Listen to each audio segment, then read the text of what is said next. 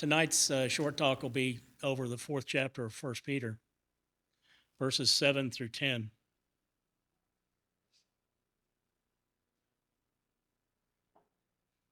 See if I can go through this for you. I apologize, my reading is horrible, so I have to remember this line by line. I'll try. The end of all things is near. Therefore, be alert and sober minded, so that you may pray. Above all else, love each other deeply, because love covers a multitude of sin. Offer hospitality to one another without grumbling. Each of you should use whatever gift you have received to serve others as faithful stewards of God's grace in its various forms. In the center of that is the term offer hospitality without grumbling. Seems kind of out of place in this. If you look up the definition of hospitality, it literally means the love of strangers or to show favor to strangers.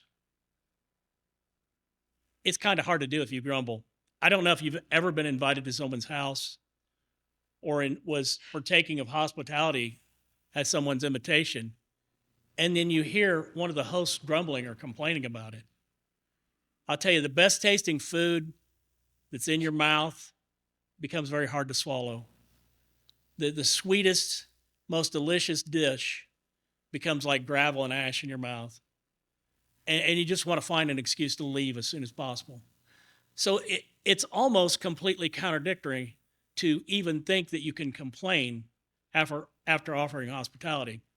If you look at examples, some of the greatest examples in the Old and New Testament, there's many, too many to list tonight of hospitality. One of the first that we look at is the story of Abraham when he entertains angels. He didn't feed them in his house. He didn't have a meal prepared for them. He asked them to come and sit under the tree. And he asked his wife to get some food ready. Now, she had a staff of people working, so she didn't do it all by herself. And in that time, he says, take some flour, knead some dough. I don't know how many of you have ever made bread. They can't pop that in a microwave and have it out in 10 minutes. I imagine these men sat there for hours waiting on the meal to be prepared. And it was a simple meal. It was bread, butter, milk, and meat. It wasn't a grand feast. It was just food. But the important thing was they were there. They didn't even sit in a house. Abraham didn't have a house. He had a tabernacle. And they sit under a tree. One other illustration of hospitality was the story of Rahab. When the spies of Israel came into the land and were scouting it out, Rahab took in two of the spies. She didn't prepare them a big meal. She didn't offer them a drink. She offered them sanctuary, a hiding place, a place of refuge, a place of safety. Another example of hospitality was when Jesus was at Lazarus' house with Mary and Martha. And Martha got upset because Mary was not helping her cook. Says, where are you? Help me cook this food. Teaches us an important lesson about hospitality. Food is not the most important thing about hospitality. It seems like it to us. We're all preparing for Thanksgiving. Now, how many of you, when you get to your mom's house, your grandma's house, or whoever's house you're going to, your aunt or uncle's, and you get there and they have a Charlie Brown Thanksgiving? For those of you who don't know, that consists of toast and popcorn. Now, you wouldn't be like, oh boy, and then like, where's the real food? No, and he tells us, whatever gift you have, use it to serve others in whatever various ways you have. We all have gifts to serve and offer hospitality to some measure. Maybe it's, stopping for a cup of coffee and talking to somebody. Listen to somebody. One of the greatest examples I've seen of hospitality. I don't know if you've ever seen the movie The Secondhand Lions. It's about two old veterans, bachelors that's living at home alone by themselves. They think they have everything in the world. And there's a little nephew, there's a grandnephew. It's their niece's son, actually. And this poor kid's tossed around from one relative to another. He's basically an orphan. He has no home, no family, only his mother.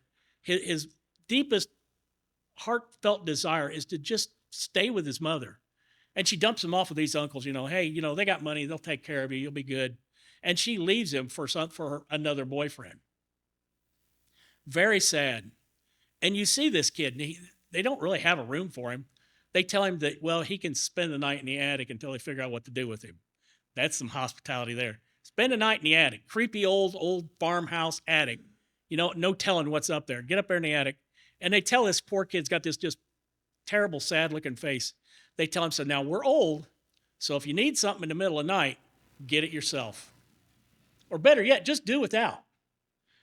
Now that doesn't seem very hospitable. But the hospitality is about serving the guest and not grumbling. These old men found out that they not only benefited from this young man being there, they not only needed him, but they found out they had needs they didn't know. They had an emptiness in their life, a void that needed to be filled, and a love and a joy that they could not match any other way. And it came to one point in the story where they were willing to give up everything, every dime they had, to keep this little boy. They wanted him because they loved him. And that's the thing about hospitality. It gives you a chance to see through your guest's eyes, to hear their story, to feel their pain, to see their life and grow from it. I said this before and I'll say it again. When I visit people that are shut in and I hear their stories and they tell me about things that are going on, I feel like I've cheated them because I feel like I've received the benefit. And that's what hospitality is. When you invite somebody over, you receive the benefit of their being with you. You receive that love. You receive that joy. Another thing about hospitality is we have to be joyful receivers of it. And I apologize for this. When I first became a Christian, I was baptized. I was renewed. I was saved. And all my sins were washed away. But the guilt still lingered. And I'd have people invite me over, and I'm like an Old Testament leper. I was like, I'm unclean. You don't want me in your house. And I've never told this to anyone up until recently. When I became a Christian, I had to learn a new language. I didn't know how to speak to other Christians. I didn't know how to talk. I had a language that I spoke to my friends, and I couldn't use that with you guys. I had to learn a whole new language, a whole new lifestyle. And I had to realize that the guilt went with the sin, that I had to let it go. So when you ask people over, don't be afraid to ask them twice or 3 times or more, because it's worth it. It is worth it. Whether you invite the preacher over, everybody wants the preacher over. That's just, he's Mr. Popular. Not just Josh, but the guest speaker or whoever, the elders, they want all the nice, clean people and everything. But it's the other people that you hear the stories, you hear their life. Because the people that have the roughest life have the most interesting stories. If you ever get a chance to sit down with Sherry Jones, she's been a truck driver. She's been in a military family. She's traveled all over the world. She's done things. It wears me out just to hear her stories. Another one was Richard Wells. This guy led I don't know how to say the word, just an extraordinary, that's the word I was looking for, life. He did a lot of things, and it enriched me to know him, just as it enriches me to know each and every one of you, so that I can see life through your eyes, and I have a renewed spirit. So as you go to your feast tomorrow and share your hospitality or your guestship with others, enjoy the day, and remember, this is a blessing from God. There's a couple other things in there. Hospitality is the serving or showing favor to strangers. And in this sentence, it says, show one another hospitality. It's not telling us to show the whole world hospitality, but one another. It gives me an idea that maybe we don't know each other well enough. Maybe some of us are strangers to others, and maybe we need to get to know each other more so that we can share that greater joy.